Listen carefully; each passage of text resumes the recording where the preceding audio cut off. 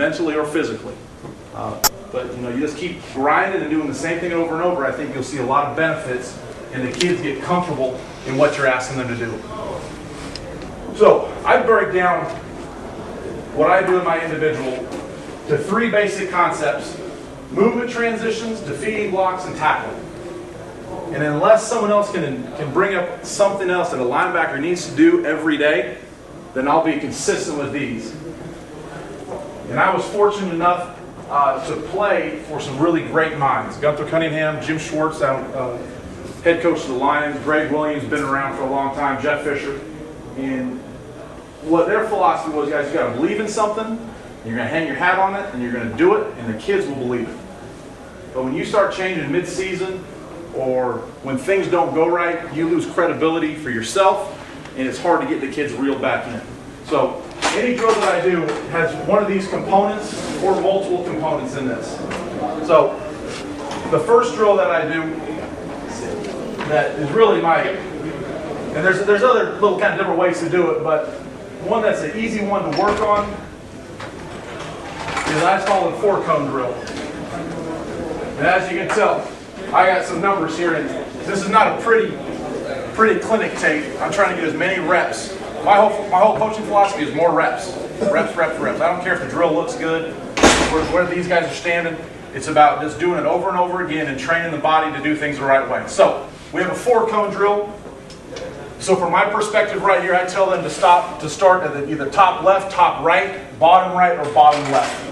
And this is a drill, when I first introduce it, I give them a set pattern. So if they're going to start, for instance, top right, you're going to turn and run, shuffle, and then plant and drive. And the coaching points on this, what I'm looking for, is the shoulders to stay one plane, one level. Okay? And really trying to keep my feet in the ground. And the words that I use is, the ground is your friend. And when I say that, if I said the ground is your friend, the kids say, I said, so where do your feet need to be? They say close to the ground. So that's just a word to say, and then I say your feet aren't friends. And everyone in this room, if I told you your feet aren't friends and you're doing this drill, your feet would never be where? Together. So instead of harping, get your feet apart, your feet aren't friends. They don't need to be together. So that's something that Chip always used. Your feet aren't friends. They don't need to be together. So on this, we're just working on these transitions, focusing on keeping our ankles, hips, and knees bent. Okay? And our shoulders on the same plane. And you can really do anything you want on this. I usually do 2 or 3 different movements. You can do 4 or 5. It's really up to you. The tighter you get those cones in, the more athletic your players will need to be. It's harder to move in close spaces. So when you widen it up, sometimes it's easier and it's not quite as apparent, the athleticism. If I tighten those in to a 3x3 yard box, you see the guys that are really dynamic movers and the guys that aren't. So as we're going here, this is just a turn and run. It's like a hook drop in cover 3, then it's a shuffle, and then a plant and drive. And on this plant and drive right here, I'm saying toes and nose. His toe and his nose needs to be pointed at his destination. And why I say that is your body's going to align wherever your foot is lined up. So if I stand in front of you guys here and turn my foot to the right, so I'm out to the parking lot, and I stand on this foot, my body's always going to align where my toe is pointing. It's just how our body works. So all my toes and nose pointed at my destination. So here, AJ's doing a nice job. You can see he's right in line. His toes and his nose are pointed right to where he's going.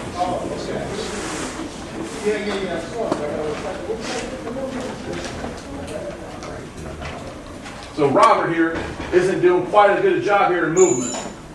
He's rounding here. I would like to see that right foot stick in the ground and that left foot gain ground to this next cone. And what he does is he takes a drop step right here. So all these are going to be straight lines. That if you just watch their feet, they should all be in straight lines because they're bending their knees.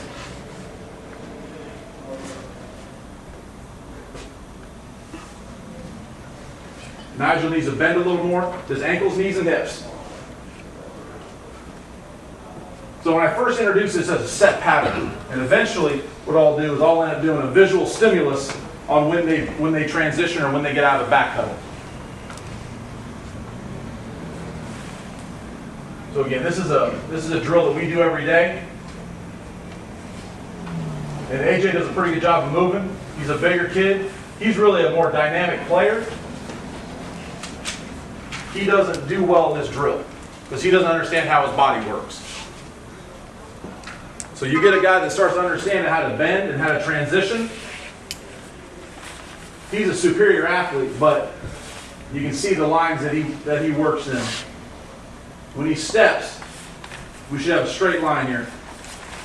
So when kids come to camp, this is a good drill to do.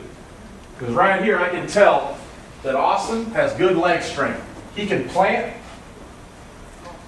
and transition in a straight line. Where Daryl, you watch his, he doesn't stick his left foot in the ground and go here, he rounds it. So in terms of identifying players on, you get some young kids to camp, it's a good drill to tell how strong are these guys in the lower body, what are their movement skills like. So there's a lot of different ways and a lot of different patterns we can do, and it's really up to you. I coached the safeties last year at Tennessee, and we did this same drill, we just opened it up. We just made it a little bigger, knowing they're going to have more speed in their space. Where we keep this about a 5x5 box, knowing that linebackers are rarely going to get to full speed in that short area. So again, a lot of the same thing, just over and over.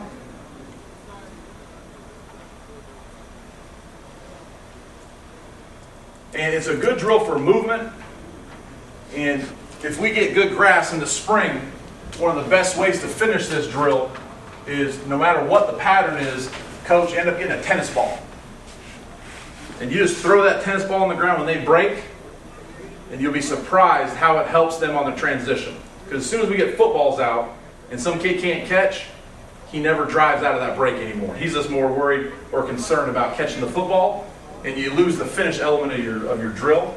Where you put a tennis ball here, he comes out of that break, you throw it, and he's like a yellow lab. He's going to run after that thing and chase it down, and you're going to get the desired effect of what you want, of an acceleration out of a transition, instead of a kid worried about catching the football. More often than not, football ruins your drill.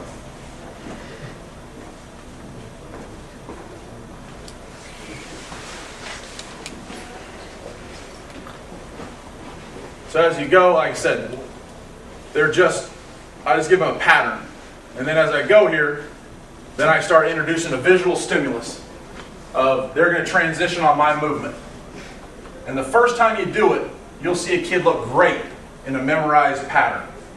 So I'm going to backpedal, I'm going to shuffle him, I'm going to plant and drop. And he's going to look good. You're going to do it for a couple days, and you're going to think, shit, my backers can move. As soon as you put a visual stimulus in it, they're going to almost break their ankles. Because they can't measure their steps anymore. Because they all get good at, on my fourth one, I know I'm going.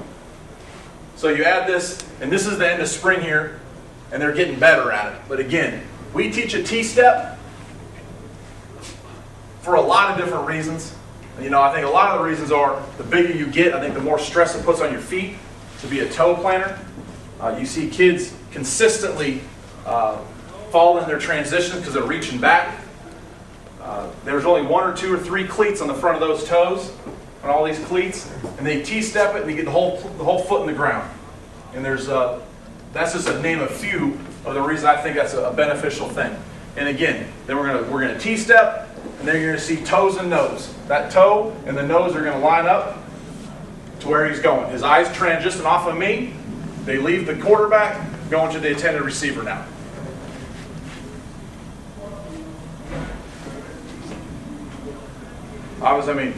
There's nothing revolutionary about this other than, keep your shoulder pads over your toes, all those different things.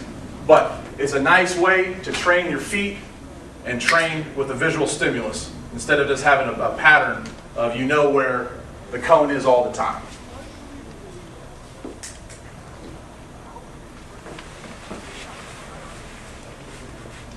Just talking about doing this over and over, guys. And I put this on there just to, somebody, you see a clip and think, I do it every day. I literally do this drill every day for a linebacker. I don't know if there's a better drill to do to work on short area change of direction. And that's one of my first criteria in my drills is movement transition. And there's a lot of different ways to finish this. Like I said, usually a football ruins your drill. So a lot of times I'll end up shuffling them down. Sometimes I'll get the tennis ball out, and then sometimes we'll get on the football. But again, this is just your pattern, whatever you want to do.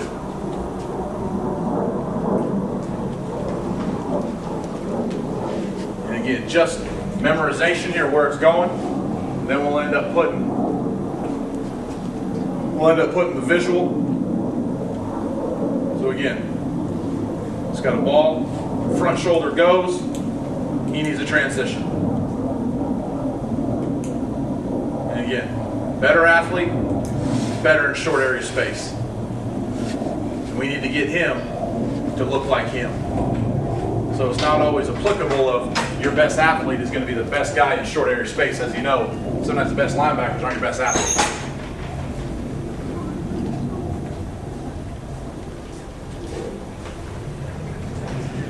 So just keeping the shoulders all at the same level, bending your ankles, knees, and hips, and getting good with bending your knees so you can transition in straight lines.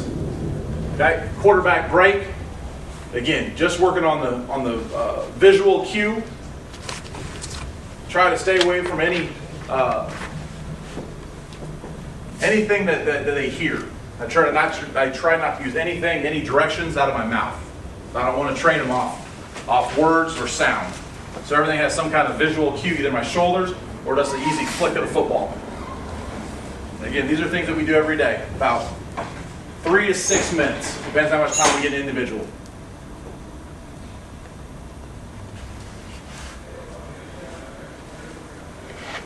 All right, so here, this is just a little cover 2 drill as a slot defender.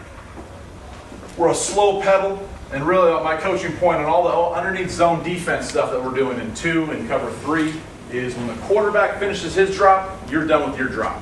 So we all give them this magic number 10 to 12 on the hash, for instance, in cover 3. But when they go 3-step, we don't want to go 10 to 12.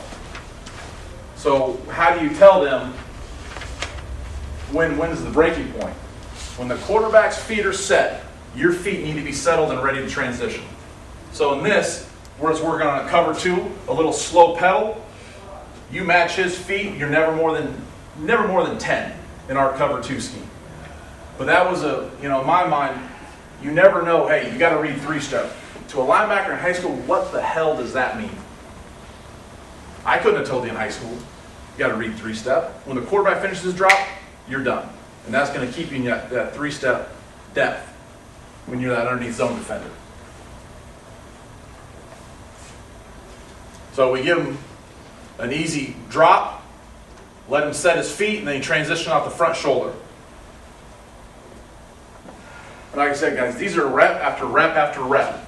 And you can see some of the guys, we have walk-ons in here, we have, a lot of different players.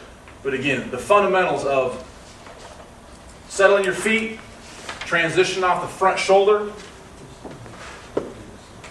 it's all the same no matter what level. NFL, high school, elementary school. It's all the same fundamentals of movement. But again, he does a nice job of matching my feet. When I'm done, he's done. Pops them and then goes.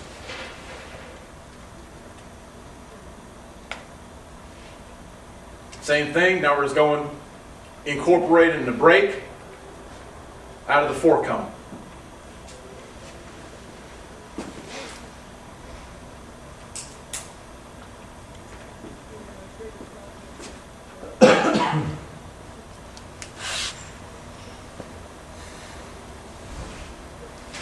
This drill's going to be the same thing, we're just out the cones now.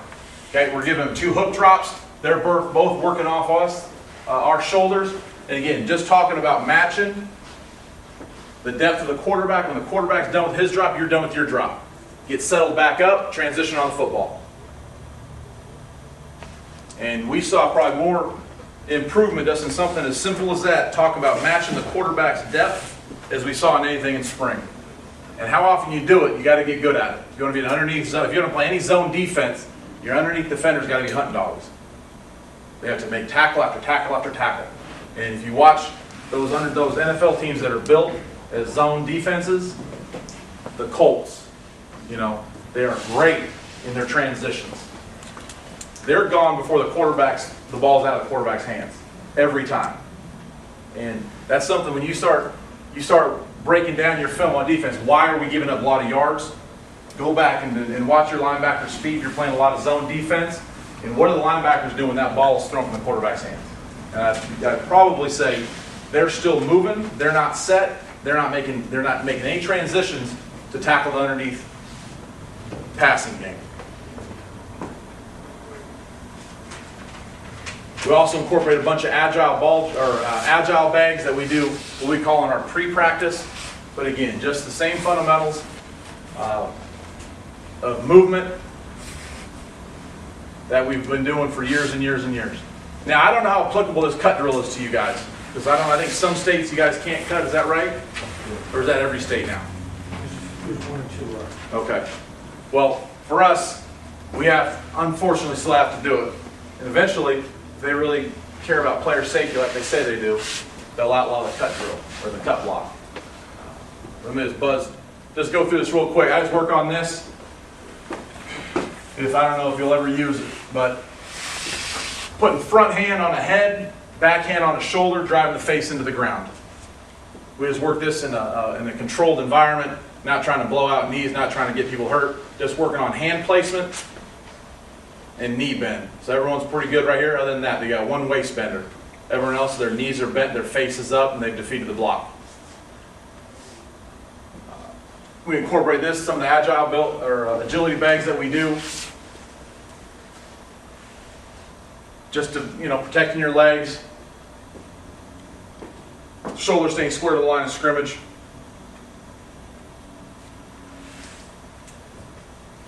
All right, so shock and shed. So we had movement transitions, now defeating blocks. So the progression I go with the shock and shed is I always start with stance day one. And there's a lot of different ways to talk about stance. And the way I talk about it is I like your feet wider. If you're going to err, be wider than narrow. If that makes sense. I'd rather have you here than here. And the coaching points, again, just going to be bend your ankles, knees, and hips. And what I don't want to get into is I don't want to get into a stance that the kid thinks he's squatting in the weight room. So we see the linebackers that, their knees are right over their feet. That's something I don't like. I like it being a little bit wider. And if you guys were to get up or you guys go home tonight, if you just roll your knees around, your weight is going to be wherever your knees are. So if my knees are right over my toes, I'm right here. I'm not going to be able to move laterally. That's why I got to get a little bit of width. Roll your knees in, and it looks uncomfortable, and it looks a little awkward. But you have great feel on the ground, and you have great transition in your 45. Now, if I'm a DB, I'm not going to do that because I have more linear, straight, and back. But as a linebacker, I got 360 degrees I got to work with. So that's going to roll my knees in. My hands are going to be up till my eyes can see them. So right now, my eyes can't see my hands. Right here, I can see them. Right now, I can priff my eyes, and I'm in a good stance. Bending right here at the waist or the hips, never at the waist. You got the flat back, trying to pinch. If I give you a dollar bill, to pinch it on your shoulder blades back there. So it's up in a nice stance. It's a stance you should be able to play in your fourth quarter. And as soon as you roll your knees in, you take all the stress off your quads. It becomes no longer a wall sit. It becomes a stance you actually work in the fourth quarter when everybody in America, including us, are playing linebacker like this. And it kills you because you drill and you work on all these things, and then when it comes down to it, the kids can't get into the stance because their legs are fatigued. So in the shock and shed, day one, I work on the stance, and coming out of it, I'm teaching a pivot crossover. And this is where I get more questions on what do you teach as the footwork for linebackers. And there's a lot of different ways. Some guys talk about a 6-inch read step. Some people pop their feet every time. And it's just, I don't know if there's a right or a wrong way to do it. But as Austin's working to his right, I want his right foot to take a 2 or 3 inch step, just open up his right foot. So if I'm working to my right, my pivot step is just a 2 or 3 inch step, not really gaining much ground. I'm just getting engaged, go in the direction I want to go, but not take myself out of position if I'm wrong, I can always come back.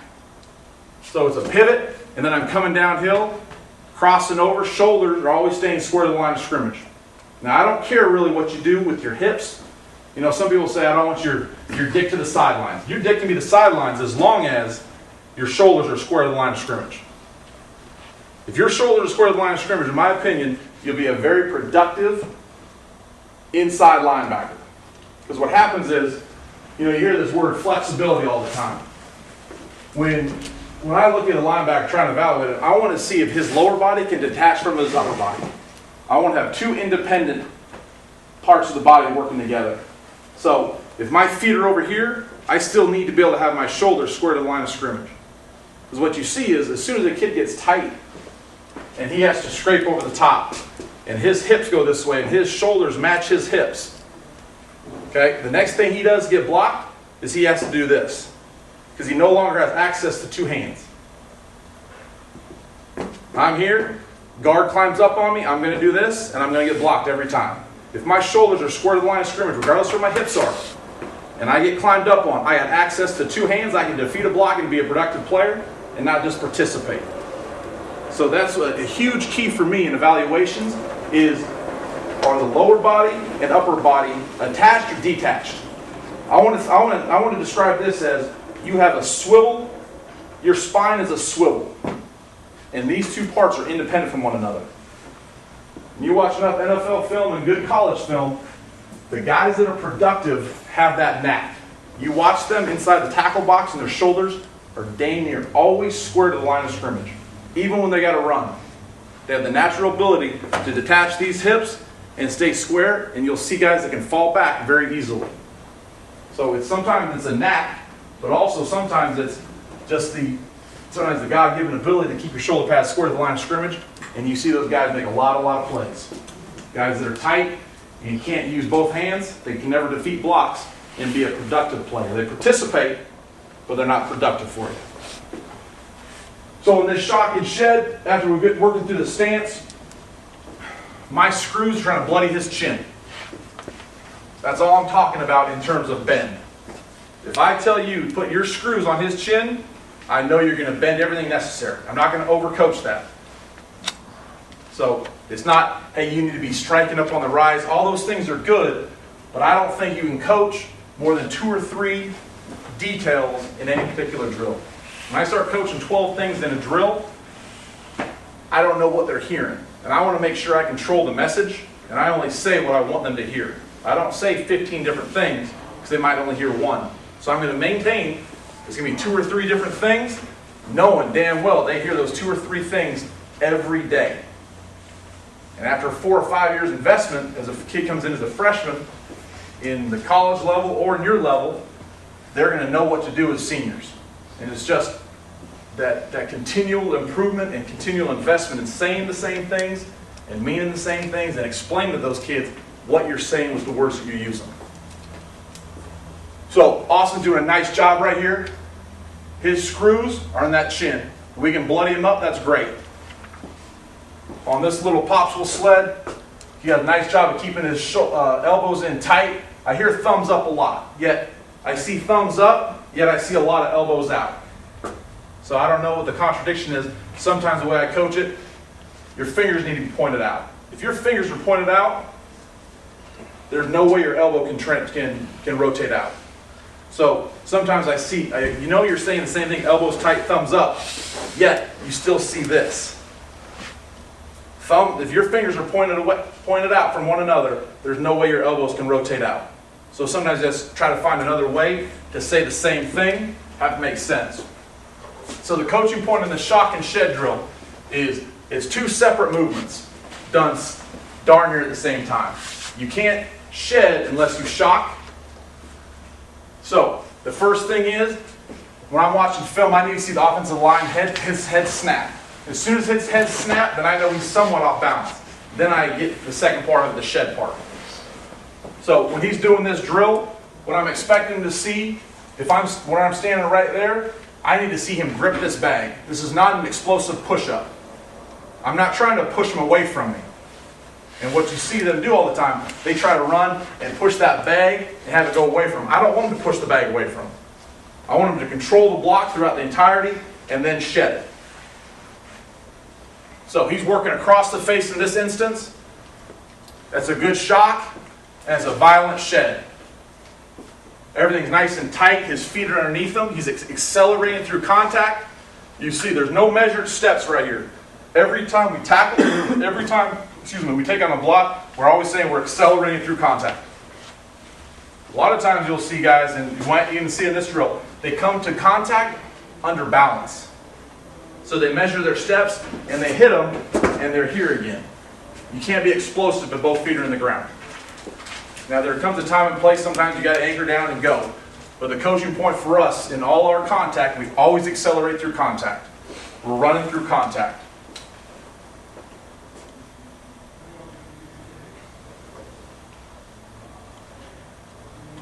See, Austin does a nice job on this. He's a bigger guy of stature. It's easy for him to be a little more powerful. Daryl's a smaller space player, and you can see it's a different picture. But what I like about Daryl right here is he's grabbing this bag. There's no push. It's a shock, and then he controls it, and he can bring it back down. I'm not over-coaching. If you use a rip, if you use a swim, I'm just getting rid of it. And I don't know if the right way to get off a block is a rip or a swim. I'm pretty opposed to a rip, just because it gives him one more thing to grasp. I get rid of a block, I rip, and he recovers and gets his hands out. I find myself with a lot of resistance sometimes. We end up getting interlocked. And that's something that, some guys can rip. If you don't take a block on, you can rip. But it's hard to escape from a block and get off it with a rip. But again, not great, but he's controlling it, and he's doing pretty good violence there. I like how tight John is here. Everything's in nice and tight. You probably get a little better shock, better screws on the chin.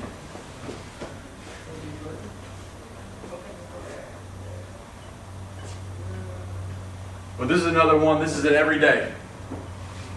And again, this is a good indicator of explosive power. And this player,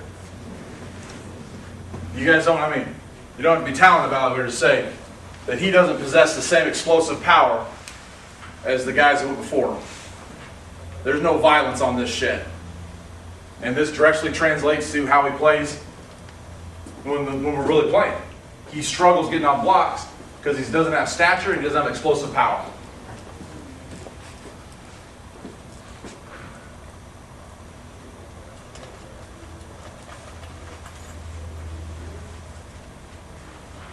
Now this player, I think he benches 275, not strong, but he has explosive power. You can see how fast this popsicle generates away from him. That's good explosion. And some guys have a knack for it. Austin does a good job with this. He's nice and tight, nice shock in the shed.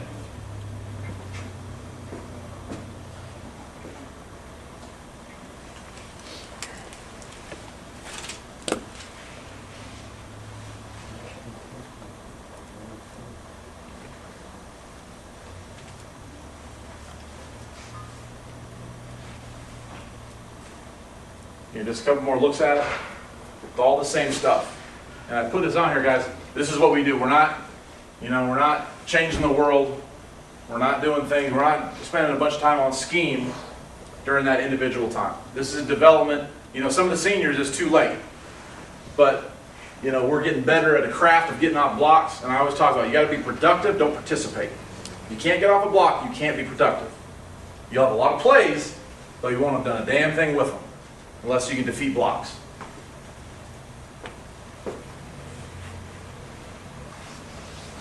You can always come across the face. You can stay on the same side. There's any different ways you can go to this finish here. You can add a finish element here. You can put a runner here. He comes off and you finish with a tackle. There's all sorts of different ways to do it. It's just sometimes I don't like doing it because you have to chase the popsicle. So you can tell this bag started here, and you got to chase it, and sometimes it's a hard drill when you got to have another line match it and tackle off it.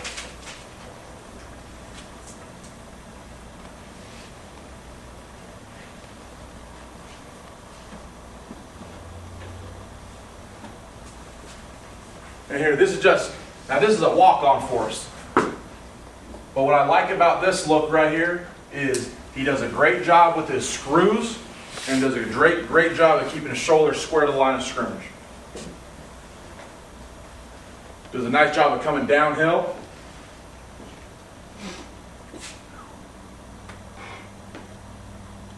And the only coaching point I say to Shane is I don't like that he gathered his feet right here. I like to see him accelerate through contact. But what we're coaching is right. That looks exactly like the popsicle sled. His hands are engaged, his screws are in the chin, and this exact finish we want. The only thing I critique is I like to see him accelerate through contact. But what I liked about this didn't happen early. This was late in spring, but I could see an investment in a drill translating to improvement in our product. And that's what we're all trying to do. Is, are your drills showing up in team situations? If they're not, then I would consider reevaluating the drill. Because if you're doing a drill, the only reason you're doing it is to improve your team play. In drills, I tell the guys, unless you're focusing on what I'm telling you to do, then the drill becomes PE. And football is not PE. We could go jog and get the same thing out of it. So you always have to have that focus on why you're doing something. Keep the coaching points to 2 or 3 things, and the player should be able to tell you what the coaching points are. But all the linebacker guys, that gets you fired up right there. Because that's a big man. Just dropping them. We get one more shot here of him doing the same thing again. Right here.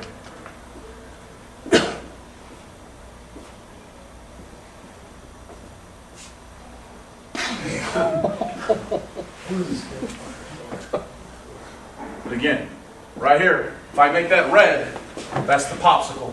His screws are going through his chin, his hands are accessible, his shoulders are square to the line of scrimmage, and he's delivering a blow. And those are the things that you want to see. Translation from drill to team. And he's not tripping over anybody. That's just, in my mind, I mean, you can see where he loads up. Everything's perfect right there for blow delivery. And you get results, the damnedest thing. Do what you're coached to do, and it sometimes works. And this is not a talented player, guys. This is a 5th-year walk-on, doing what he's asked to do. Now, I'm not saying that drill made it, but continual investment every day in something, you're going to improve. You just have to determine what you guys want to improve on. And then really take some time and thought into that on, okay, what were we deficient in last year? What do I need to improve on? And put more thought into it than you think is necessary. And just know, these are the 4 or 5 drills I'm going to do every day. Every day, the whole season. And day 1 and day 2 might be boring, but linebacker drills, I can tell these guys, linebacker drills are like free throws for basketball players. Basketball player, he just goes in the gym and shoots. And he shoots till he's bored, and he keeps shooting.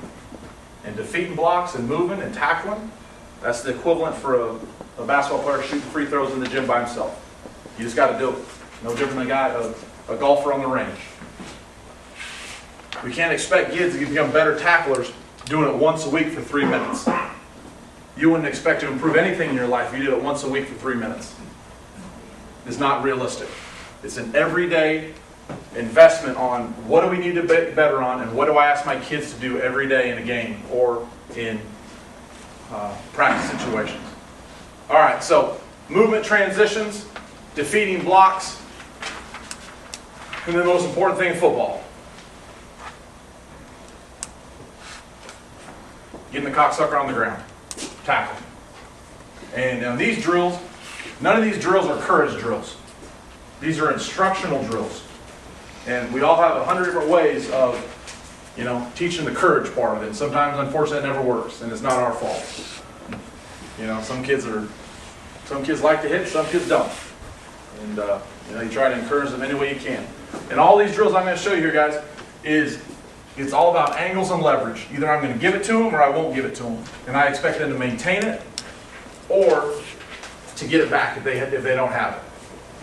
So everyone's always talking about the tackling fundamentals. And at Tennessee, this is what we've come to. 3 things. Screws through the midline. And what I mean by that is we don't coach head across the bow. Because in our mind, it's kind of contradictory. If I'm going to give you leverage, yet expect you to get your body in front of me. So think of me as a pop can. Think of a tackler or the ball carrier as a pop can. And the midline of that is always straight in the middle of that pop can, no matter how that moves. So if you're going to tackle me straight up, then here's my midline. If you're coming from here and I'm running here, my midline is going to be right through my throat. So the midline just changes the angle that you have, but the destination, the landmark is always the same. So screws through the midline. Accelerate through contact. We're not breaking down if you have leverage. And clamp. Grab skin. I hear grab cloth all the time. I don't like the word grab cloth. That's not deep enough. I say grab skin, the kid's going to go deeper. And he's going to grab with stronger hands than grabbing cloth. If grabbing cloth is superficial. I want your hands deep into his ribs. So, and again, guys, it's an economy of words. Every time we do special teams, every time we have a tackle circuit, every coach that's coaching is saying these 3 things. Screws, accelerate, clamp. Screws, accelerate, clamp. And every kid at Tennessee can tell you exactly what our coaching or our philosophy is on how we coach tackling. Because we don't have time when we got to do a special teams drill and we have to coach a tight end. He doesn't need to hear 17 different ways to tackle. We show him examples. Screws, accelerate, clamp. And again, that's an investment over when he comes as a freshman, when he leaves as a junior, and he's a tight end, but he plays on punt and kickoff for us. He can tell you what the coaching points are on how we tackle at Tennessee. And again, it's just an economy of words. You got to be careful with the words that you use, and they have to illustrate exactly what you want them to illustrate. Don't be ambiguous with the words that you use. If you have to use 100 words to explain something, then you're probably not explaining anything. So just angle tackle, and again, guys, this is just instructional tackling. This is not courage tackling. So right here, all we're doing here, we got a tackler and a ball carrier.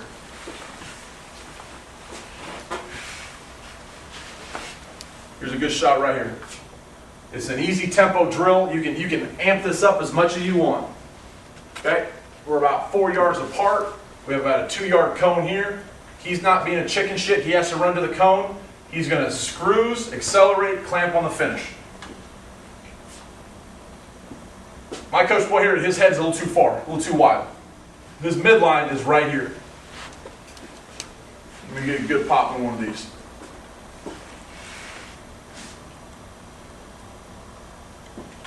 That to me is a midline. His screws are going right through his throat.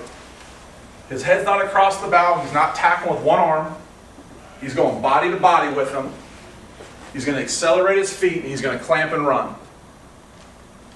That's a nice instructional, educational tackle to me. Now the courage and the space and all the other things, that's a whole nother battle. But in terms of doing it correctly and doing this, and we tackle every day.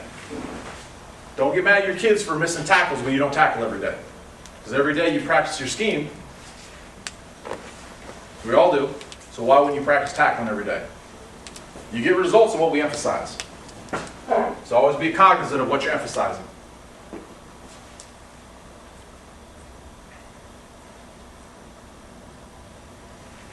So Daryl here. My coaching point to him is he's not doing number 2. He's not accelerating through contact. He's settling his feet and not running through contact. So this is a good illustration. It's not good and bad. It's just right and wrong. They do it wrong, it doesn't mean it's bad. It's just wrong. Not good and bad. It's just right and wrong. So here, watch his acceleration through contact. Not good. Watch his acceleration through contact. It's a different move. You know when you see it. And again, nice job of clamping, grabbing skin, and running.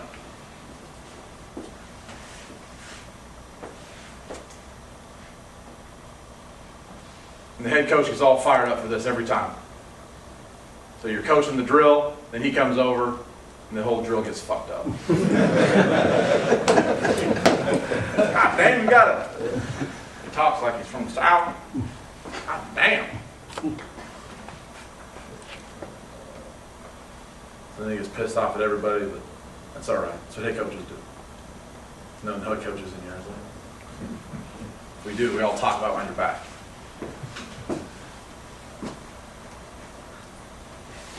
All right, so this is a drill, obviously, that you have to gate leverage. I don't give you leverage to start. So essentially, the ball carrier is going to beat you to that spot, and that's fine. You're going to lose the race. Okay? I don't want you to beat him to the spot. You're going to lose the race, and you're going to create your leverage throughout this drill. I didn't give it to you to start with. You have to get it in terms of how fast you tempo the ball carrier. Okay, so this is angle tackle we do every day. Okay, 6-cone tackle. Don't have great perspective on this one. All right, it's a 5-yard by about 6 or 7 yards here. We have 3 cones here and 3 cones here. And the beauty of this one in my mind is I can move this guy anywhere I want. I can move this guy anywhere I want. So right here in this part of this drill, this is the same drill we just did in angle tackling. Same exact drill. However, when I put him here and put him here, I take away his leverage. Then it becomes a 2-way go. And it forces him to create his own leverage. Or I put the ball carrier here and the tackler here. And I tell him he needs to maintain outside leverage like it's a buddy tackle, like you two are going to vice him. So again, instructional teaching here of what's your leverage, what do you have to do to get it if I didn't give it to you, and how do you maintain it if I gave it to you.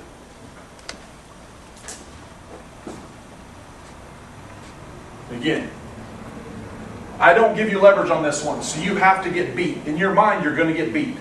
If you were to run dead out of bounds, you're going to T-bone him. But you're going to let yourself get beat.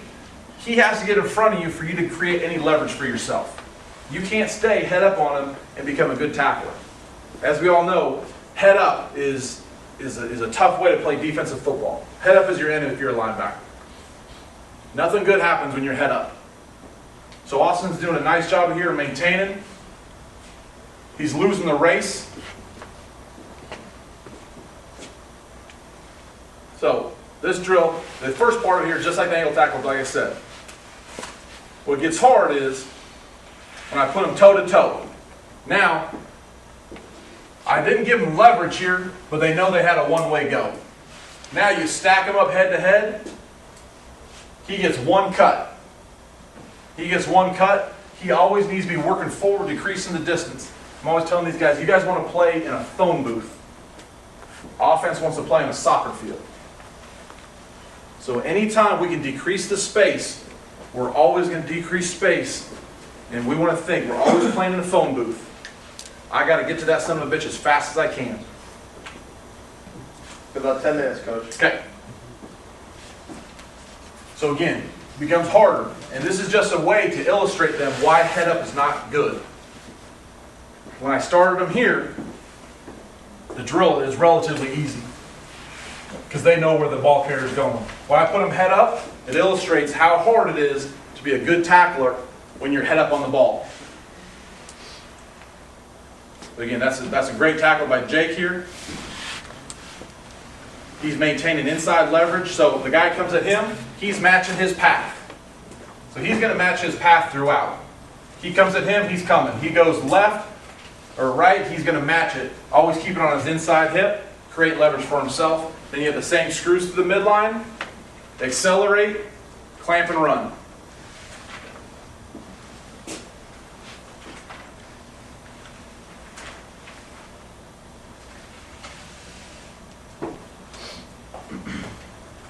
All right, so on this one, Now, it's like you're a cover 2 team. Here's your corner. You're vicing the ball. This ball got thrown out into the flat. You have a guy running inside, you have a guy running outside. Now I've given him leverage and an angle. He needs to maintain that inside hip angle, not get head up and not overrun the ball. So again, educational, teaching them angles and leverage. And when you have leverage, keep it. If you don't, you got to get it. Pour it off and finish in there. But the coaching point here, guys, is you're on his inside hip, stay on his inside hip. You have leverage from somewhere else. And they need to know, and the linebackers, you have to demand the linebackers know where their help is. So if you have to stop this drill and say, this is cover 2, you have a corner here. They need to know where their help is, because it's hard for them to get their leverage unless they know what they're playing for.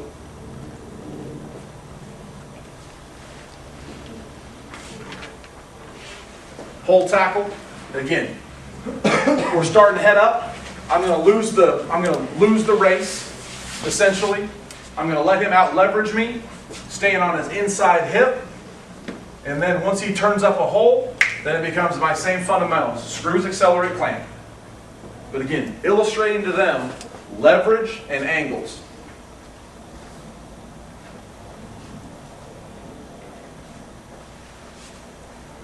It's a nice job of clamping and running here.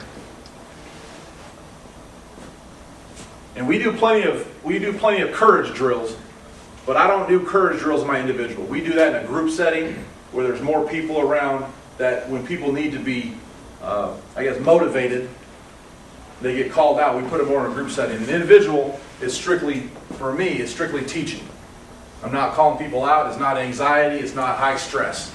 It's you gotta teach them how to do it right if you ever want them to do it right. You just can't always motherfuck them because they miss a tackle. Teach them how to tackle and do it every day. And then in 3 years they can't do it, then you probably gotta find a different player. But you know you've invested, you know you've instructed them properly, and you know you've given them the investment that they should be able to do it.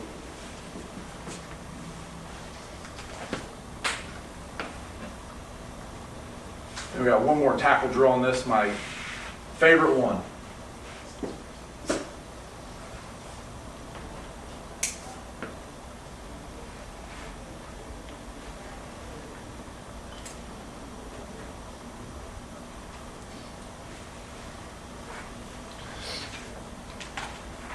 Banana, they don't spell 3 N's in Tennessee, but that's all right.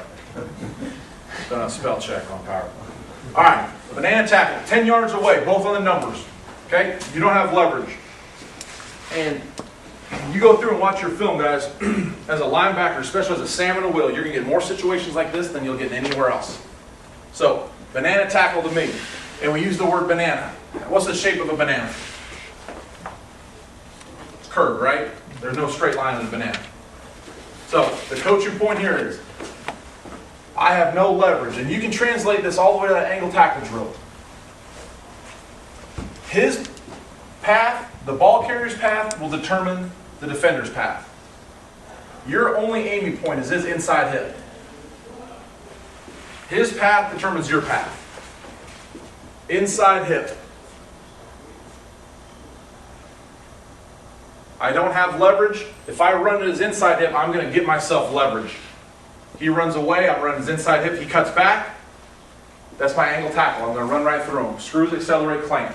If he runs away, I'm going to accelerate to that hip, tag off, and still use those same fundamentals. And that's why we don't ever coach getting your head across the bow. Because I can't, that'd be contradictory to me to say, run his inside hip, yet get your head across his bow. Those two things can't work together.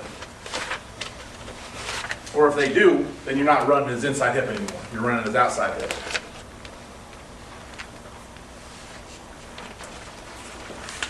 So, always running the inside hip, and to make it doable, you got to give them an out of bounds. And you can make this a ball buster, guys. You can go between the numbers and the hash and make them 20 yards apart. But the fundamentals carry over. Always run his inside hip, closing distance, phone booth, not a soccer field. His path determines our path. He's running straight at you, you're going to run right his inside hip. Once he bends, you're going to modify and run his inside hip. So all these drills, like I said, guys, these are all angles and leverage. These are not courage drills.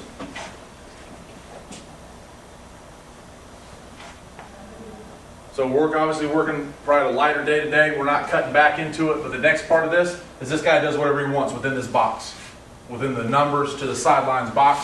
Defender's always got to maintain inside hip leverage. Knowing he steps out of bounds, that's essentially a tackle.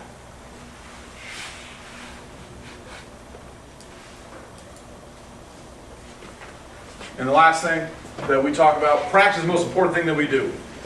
I tell them, practice like you want to play, and then play like you practice. If you want to play shitty, then practice shitty. If you want to play well, practice well. And there's no gamers. There's no, I'm not a practice player. If somebody tells you that, they're full of shit. And I've seen more than enough guys call that NFL, no, I'm a gamer. And those old-time coaches say, bullshit.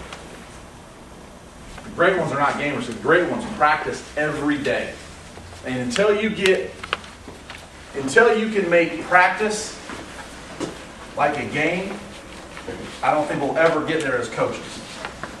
And that's one of the best things that I got out of Oregon is Chip Kelly gets those guys. The game is irrelevant. It's how you practice. It's not, hey, we had a great week of practice. If you say that, I think, in my mind, you're missing the boat. Practice is a cumulative effect over how many reps have you invested in who you are. Oregon runs read. Everyone knows they run read. They just run it better than everybody else. You know, it's not, their staff meetings are 5 minutes. They know exactly who they are. They're fine with who they are, and they invest thousands and thousands of reps into who they are. It's the John Wooden approach. I don't care what you do, I know what I do. So that's what we do at Tennessee, the linebacker, and really our defensive coordinator. We only get 5 or 6 drills we can do all year. And you got to put a little presentation together on why and how they apply. And when you're all said and done, can those players go back to their high school and coach it exactly the way it should be coached? And if they can't articulate why they're doing it or why it's important, then they're probably not understanding why they're doing it. And therefore, it's PE to them. It's just exercise. Any questions? All right, nothing earth-shattering. It's just 11 on 11. Get lined up and tackle. Thanks, guys.